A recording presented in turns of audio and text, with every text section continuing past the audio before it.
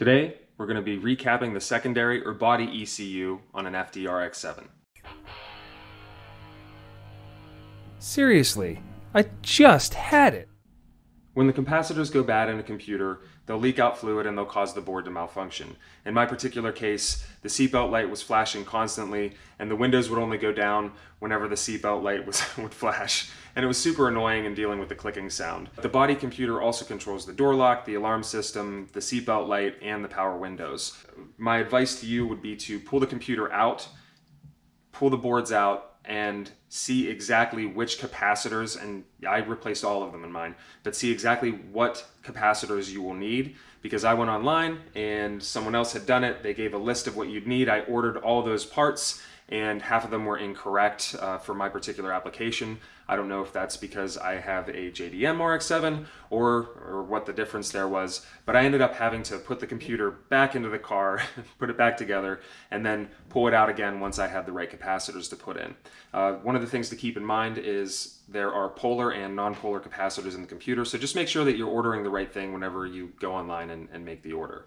Here is the secondary ECU, it's the body ECU. In order to get this guy apart, you've got a screw right here and a screw right here, and then you need to gently pry a couple of these areas off to pull the circuitry out.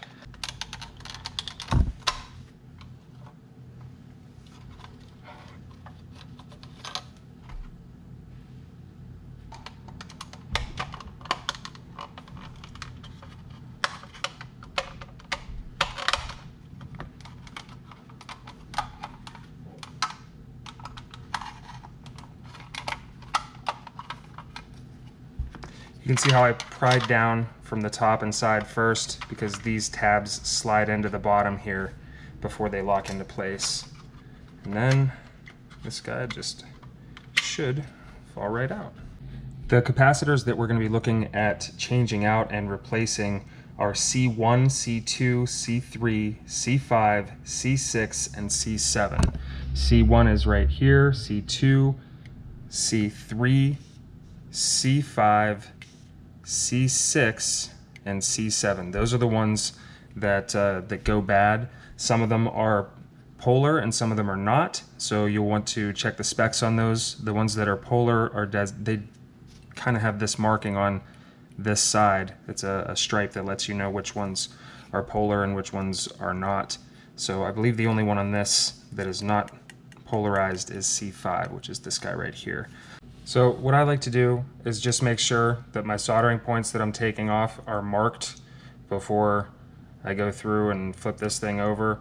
And the ones that I've marked are obviously C1, 2, 3, 5, 6, and 7. 1, 2, 3, 5, 6, and 7.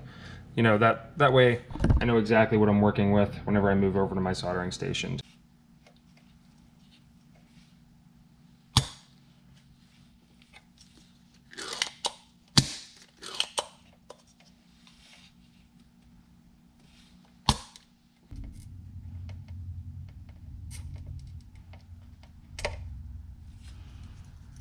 Keep in mind that the white stripe, there's a mark on the front side of the board that denotes which direction the white stripes go into.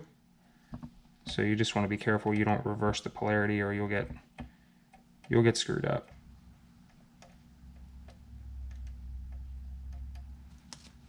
We have our first capacitor replaced. I'm going to trim off the excess here now that we have it soldered in.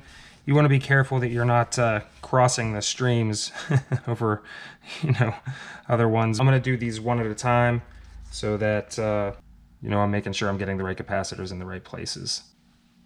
Another thing I'm going to do is I'm just going to take and put a dab of valve marker paint right on the top so that I know which ones I've already replaced. Might be a little overkill or OCD or whatever, but I just want to make sure that I'm not doing the same thing twice. So I just found something interesting. I'm working on the smaller one of the two circuit boards in the secondary ECU, and I pulled out the C2 capacitor, and if you can see right down here, this little white block denotes that it should be a polar capacitor, which means it has to go in a certain way. This is the one that I pulled out, and you can see it is not a polar capacitor. And the one that I was going to replace it with also is not a polar capacitor. So that might be one of the issues that I'm having with the computer in general. Someone replaced it with the wrong one at some point. Who knows who's had their fingers in here before? It's a 25-year-old car. But hopefully replacing this C2 capacitor with a proper polar capacitor will help the issues that I'm having with the secondary ECU. Just to show you really quick the difference between the capacitors, the polar and non-polar ones, you can see the stripe on the polar ones, and that lines up with this tiny little marking here on the circuit board. If it has a marking where it's highlighted in white, that's where that side of the capacitor goes. So whenever you're putting these back in, this side here and this lead needs to go in that hole. We got all the capacitors replaced. We put the computer back into the car. The windows are functioning properly. The door locks are functioning properly. The seatbelt light is no longer flashing. We are good to go. I hope this helps someone out. Enjoy, and please don't forget to like and subscribe, and we'll see you in the next video.